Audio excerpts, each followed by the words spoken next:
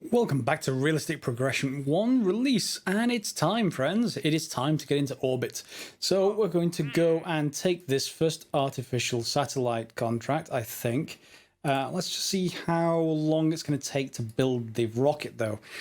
If it's going to take a stupid amount of time, then, well, we're not going to take that mission just yet. We'll take it as we're approaching it. So all we've got to do is get something into orbit. Now, the craft we built last episode is more than capable. It just needed a few adjustments. So if we just open that one up, it was the E10 Prototype 3. Okay, and here it is. So let's just zoom out a little bit. So it's quite a squat rocket. I could reshape these so that they are much taller and thinner. That would actually probably look a great deal better, but we're certainly not going to tool these tanks, I don't think, to get started. Yeah, look at that build time. 574 days. So maybe we do have to actually tool these to get this to reasonable amounts of time. Okay, so it will cost us quite a bit of money, but we're about to get a huge amount from that contract. One thing I did is I added a battery from last episode. It's right there. You see it right there, that blue coloured disc. It's not very big, but it will actually perform well enough that we'll get all the way into orbit. So, yes. Are we going to tool these tanks? Let's have a look. So, tooling the tanks. It's going to cost, the tooling cost is $7,500. That's not too bad. And then it'll drop it by about 1,800 per tank. So if I just tool this and purchase tooling, why will that cost 14 grand and it says it'll cost $7,000? Is that a different tank? It is a different tank. Yeah, okay. That's going to drop this cost by 3,500. Can we actually just get away with 2 meter by 9.2? Can I get away with 2.2 by 9.2? Those are the same tank. Tank 2, tank 2.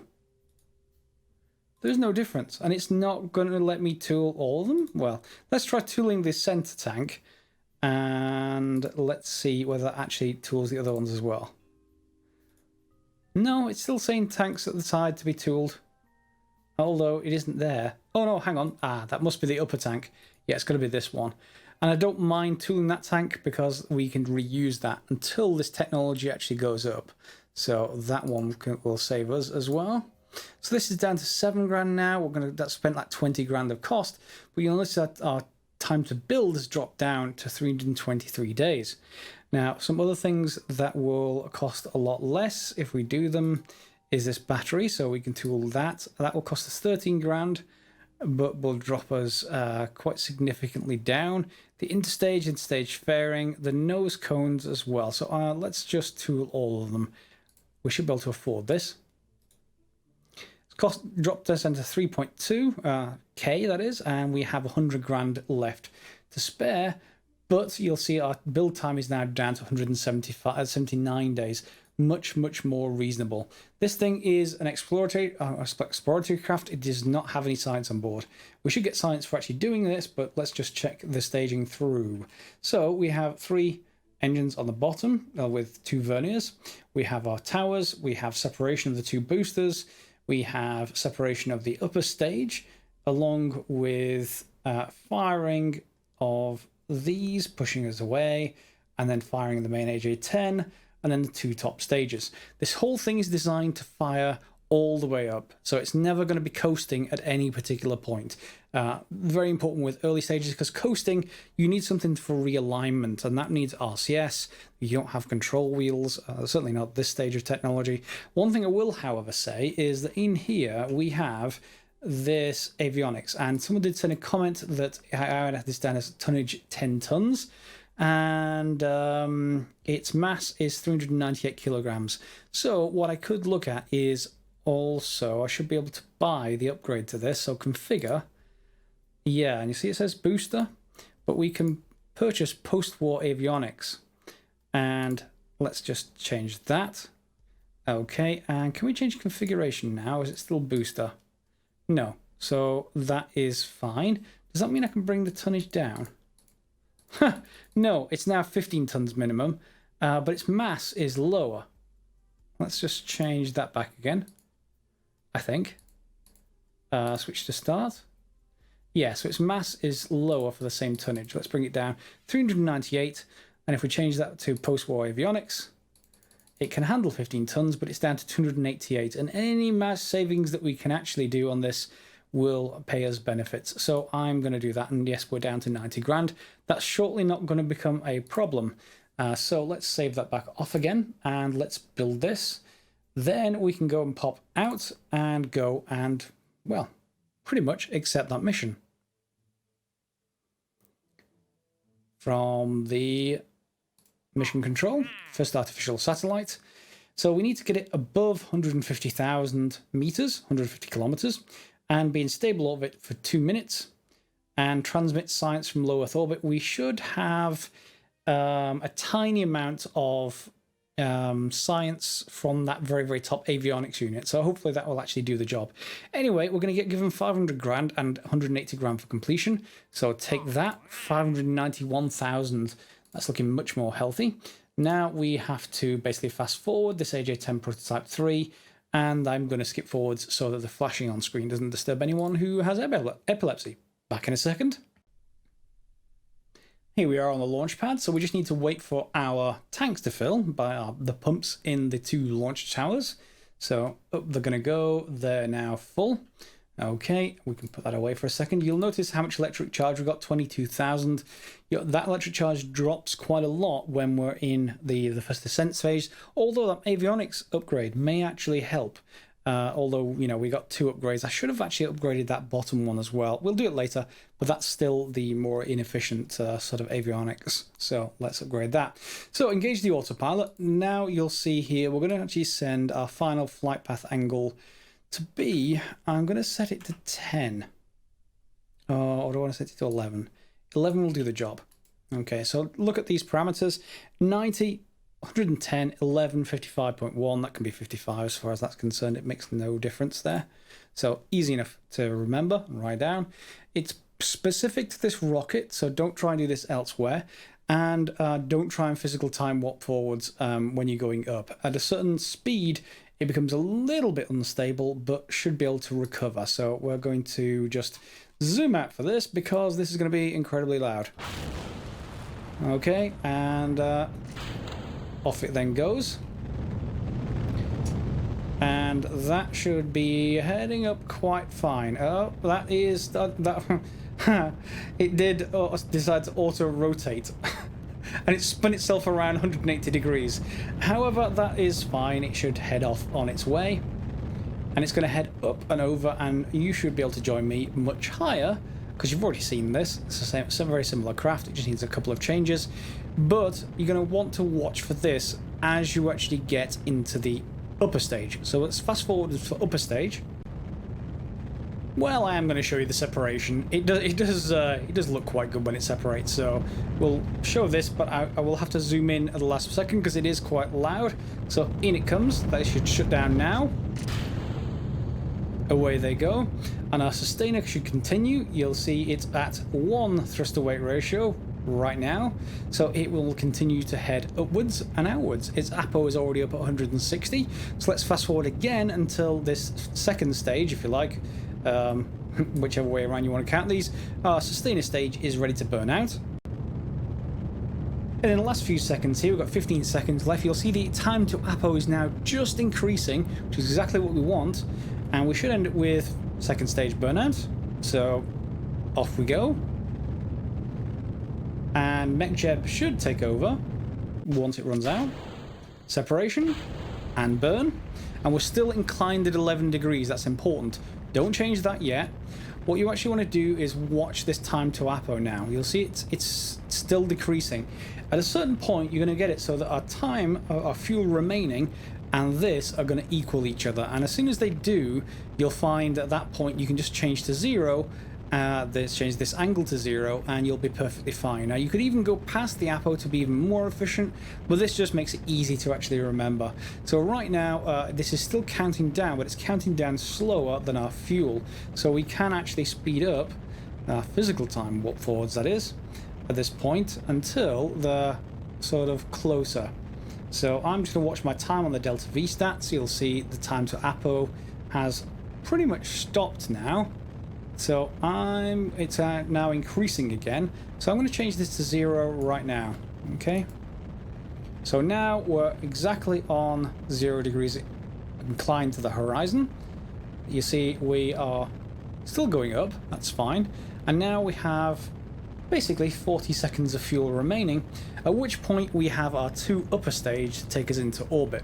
So our APO is at 240, it's going to end up at around 250.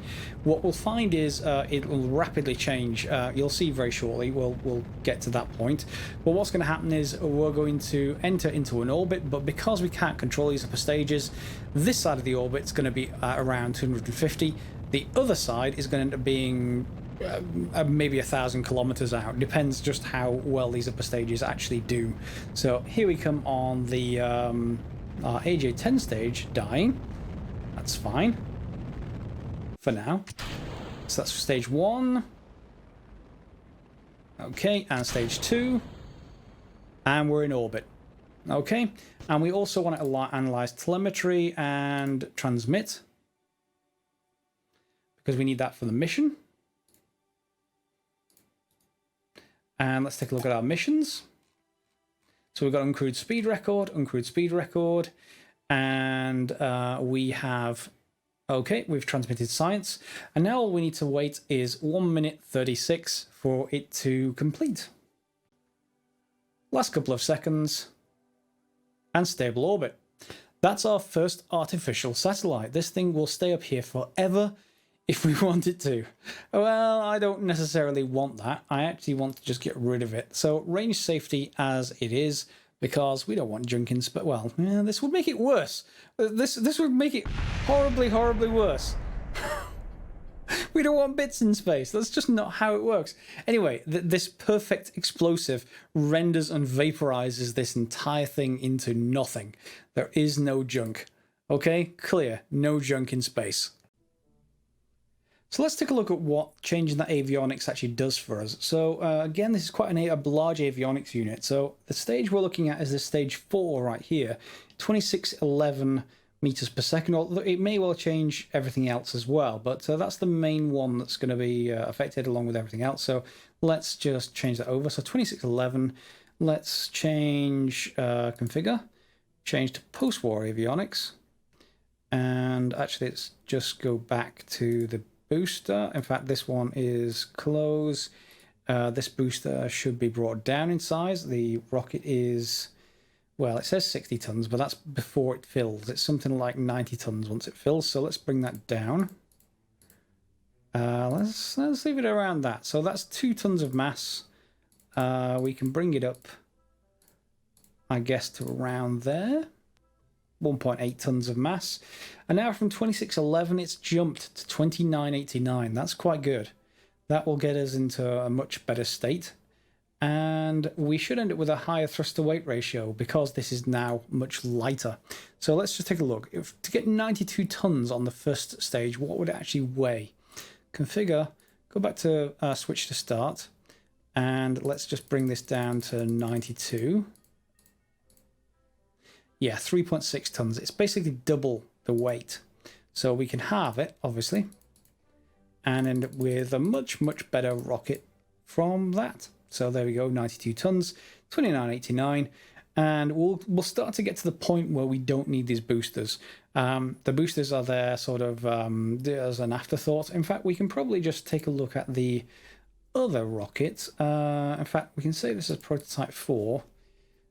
What happens if we change this back? So let's take a look for prototype 4. If we just save that, let's take off our LR89. Let's take off these side boosters. We're going to take off the LR105 and replace it with the LR89. And this is basically the single stage, there we go, that we had previously. And then everything else is the same. We've got all the rest of the improvements, so we'll save those. Okay, so we've got now 5K, 5.4K, 6.4K in the rocket. That's okay, that's not going to get us into orbit yet. However, it depends just how long this is going to fire. This is 1 minute 5 right now. I think the LR89 can actually go a lot longer than that. So let's just take a look. LR89, the first version is 2 minutes 15 seconds. So you can see the thrust to weight ratio is huge here. So if we take this up, and if we just then increase the length, 2 minutes 15 is going to be quite a long rocket. But looks more like a regular rocket at this point. 2 minutes 15. That's seems far too long. I suppose it could have been a little bit wider, I think, more than that. But that will then take us to 6.5, 7.5. So that's getting better. We haven't got yet the extended stages here that let us do sort of much more long endurance. So I think we need one more upgrade to the AJ10, probably, and then maybe a technology upgrade to this. I don't think we have any available, no, but there are quite a few that we get, and that will then let us get to a much more simple rocket to get into orbit. But for now, we need that extra boost stage. So let's just take a look at what we need to get to next, and that is already too high. It's exactly the right height. Let's just actually, can we just bring this down? Is it count the rocket height? Does it count the height inside the building? No, still counts the rocket height. So let's just bring that down a little bit. There it is. 18.9. It's 29.9 meters. That actually is perfect as far as the VAB is concerned. Let's leave that alone and let's go and take a look at the R&D nodes. So here's the node we want. We want this mainline chain going up through here. All kinds of different stuff in every single one of these nodes. It's very populated. So in 1958 orbital rocketry are our upgrades. So in particular, we've got the Russian upgrades. Okay, but down here is the ones we're actually looking for. So the AJ10 early engine upgrade, the AJ1042, and then the LR105 upgrade, the Sustainer, the LR89 upgrade, etc. They're all in there. So we want that node. It's going to take 16 science, however. So we're going to want to fly something that gets us an extra 11 science. And we should be able to do that. Well, we want to get something towards orbit. If it doesn't quite get there, as long as it heads up above the atmosphere to get us into a different biome, then maybe, I guess. Do we have any science coming up? We do. Satellite era science. So new experiments, a film camera. We have the early magnetometer boom, and we can afford all these because the cost is quite easy for us to afford at the moment. Early television camera and orbital perturbation experiment. Good. Okay, so I guess that's very light as well. So we could put that on our orbital craft. That wouldn't be a problem. What I want is biome specific. I want to try and launch Polar if I possibly can. Polar takes a few more hundred delta V, if I remember correctly, than before. So maybe we've got enough going for us with that upgrade to the avionics. Maybe that'll help us get towards polar orbit. But in any case, we want to load more science onto this. So we need that node. Let's take a look at how long we are away from the node. What have we got coming up? Technology. Satellite era science is 286 days away. That's not too bad. We could fill that with another orbital craft and try and fly polar. What else do we have in mission control then? So first solar power satellite. Ooh, first polar orbit satellite. Okay, I'm not going to take that until I know I can actually do it. So polar orbit, inclination between 85 and 95 degrees. Okay, and check for a stable orbit for 2 minutes, of course. So yes, lunar flyby missions are also available. We're not there yet, but we get another 300 grand once we do. And you can also have fun by trying to impact the moon, which is harder than it actually sounds because you have to aim very precisely with delta V. You're not going to get any option to, at least for the starter craft, to readjust halfway out like you can in default Kerbal. You will have exactly the right amount of delta V and you will have to launch it. It's more important to launch exactly the right time, or not launch, the actual the maneuver node. It's important to hit that maneuver node exactly correctly, otherwise you'll just miss the moon entirely. I mean, the flyby will still complete, but the impactor won't.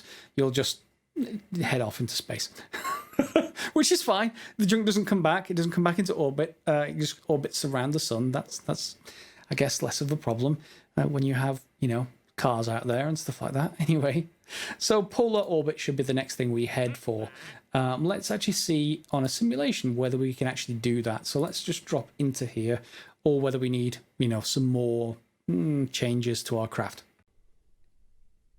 Okay, now remember, those stats that we saw in the VAB, once we redesigned it with better avionics, were the stats for running with partial fuel, because the VAB only fuels it partially. We could even leave it completely empty.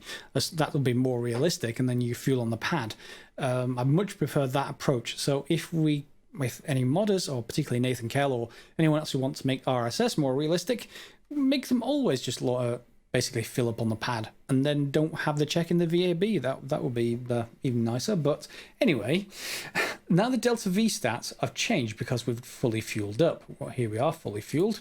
So now you'll see for our lower stages, we've got 6K, 7K, 6K, 6.7, 6.8, 8.8, 9.1 before we get to this upper stage. That's important because 9.1 is almost to orbit, so we could even get away with removing one of these upper two, or putting, you know, some kind of science on board. Probably doing both. We could probably remove these upper two here and then put a science package on the top. However, this is just a simulation, so I'm going to basically launch, and we'll get towards orbit. So again, the only thing that gets reset when you do this is this final flight path angle. You don't seem to be able to get that running to save itself. I'm going to set it to 10 this time. We'll set it polar, and let's see if that actually does anything. In fact, no, we made it slightly better. Let's leave it at 11, and let's see how it does for polar orbit. So as normal, we engage autopilot, and I'm just going to basically force roll and make sure that's left on so that it doesn't try and flip 180 degrees. Not sure why that happens, but engines and lift off, and I'll see you up there.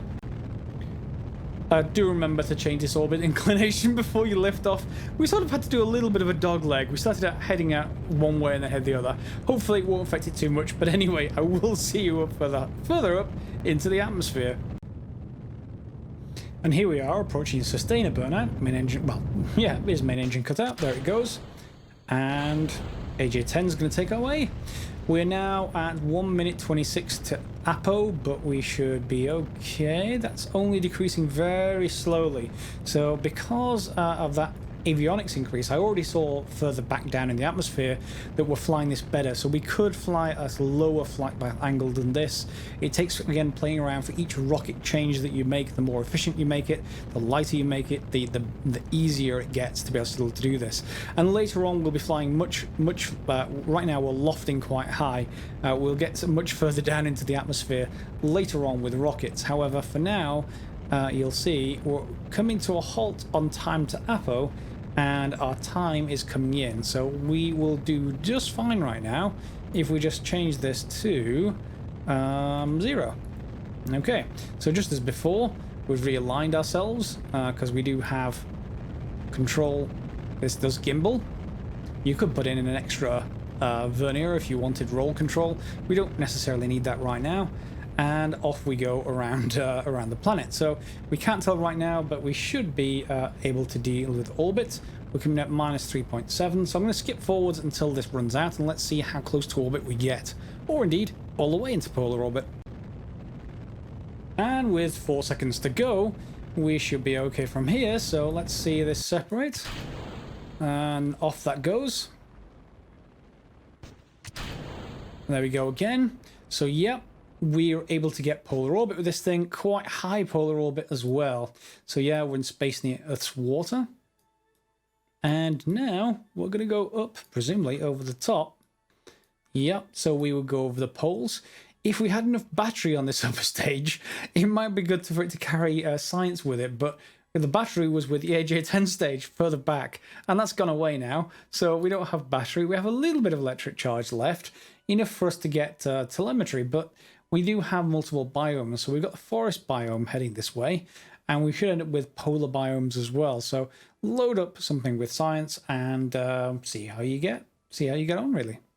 So this episode, we've got 2 different orbits, one polar, with the same craft entirely, we can then just make changes to the upper stage to basically bring down the amount of thrust. We don't need to send it that far up. It's quite ridiculous as far as that's concerned.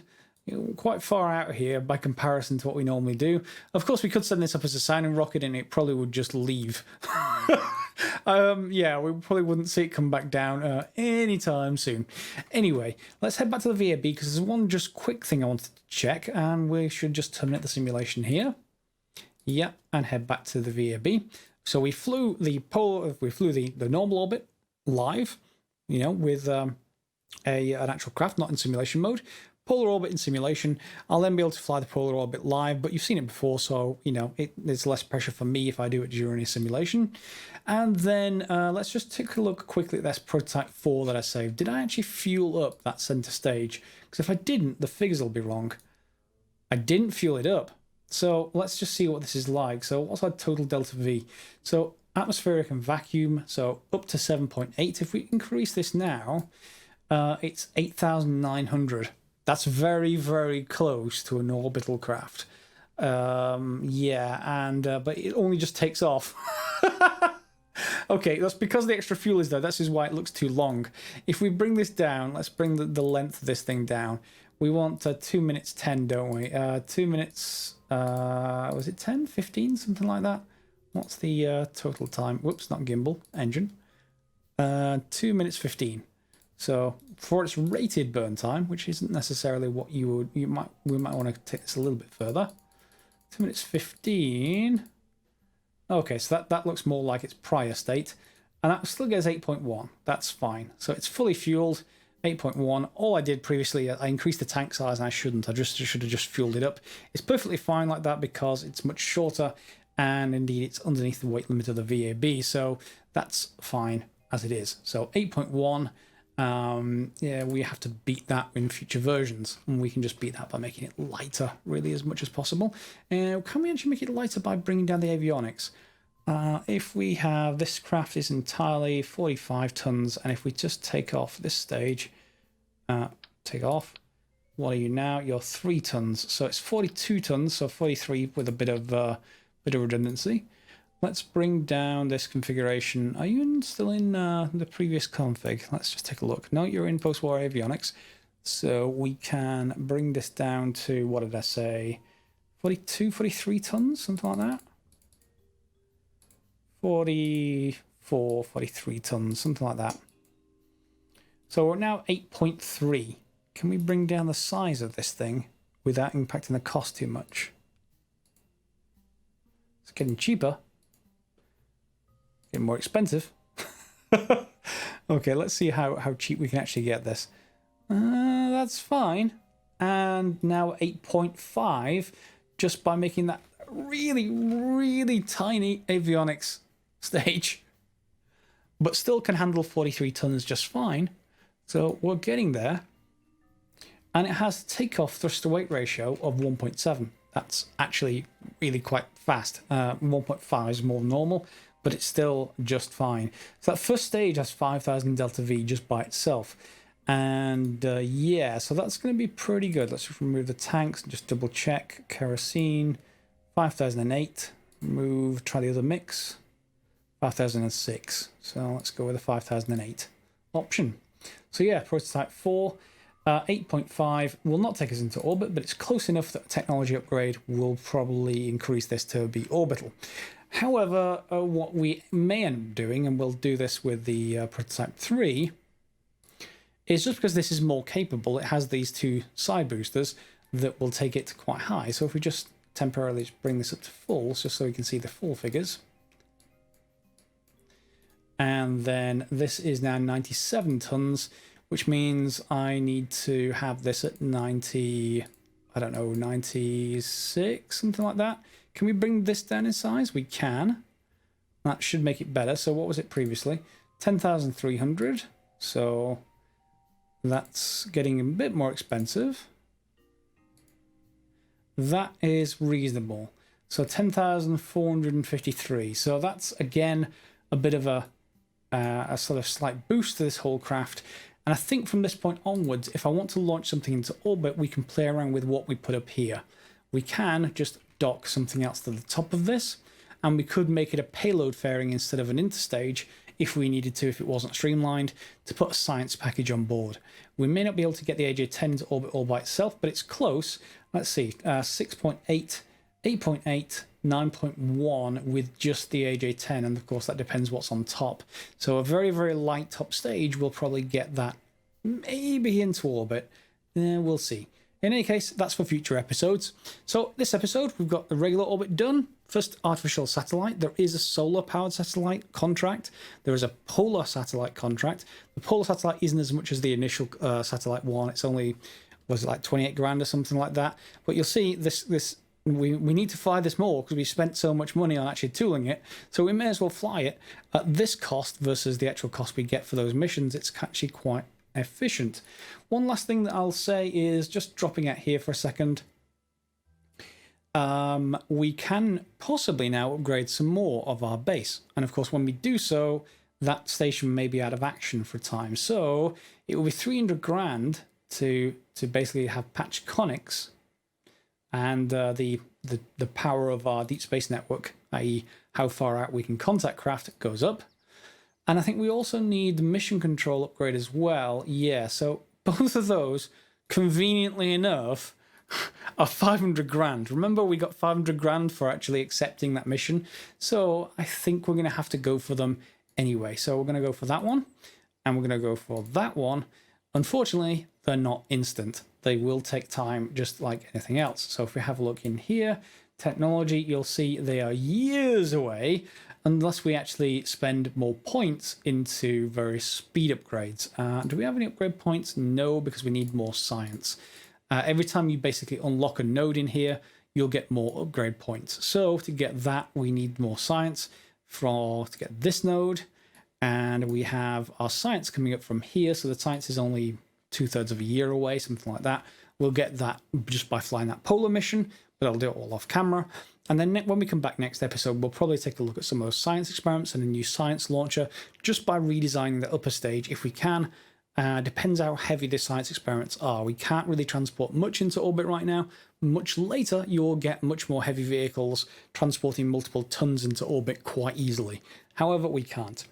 Anyway, hope you enjoyed the episode. We've got a really good milestone for RSS/Realistic Progression 1, and hopefully you can follow along with that as well with your craft. If you've got any questions, anything I've missed on the design of the craft, let me know in the comments. If you want suggestions for other people, also let people know in the comments. Otherwise, click on the bell if you want notifications, give it a thumbs up if you enjoyed it, and we'll see you next time for some more Realistic Progression 1 release version.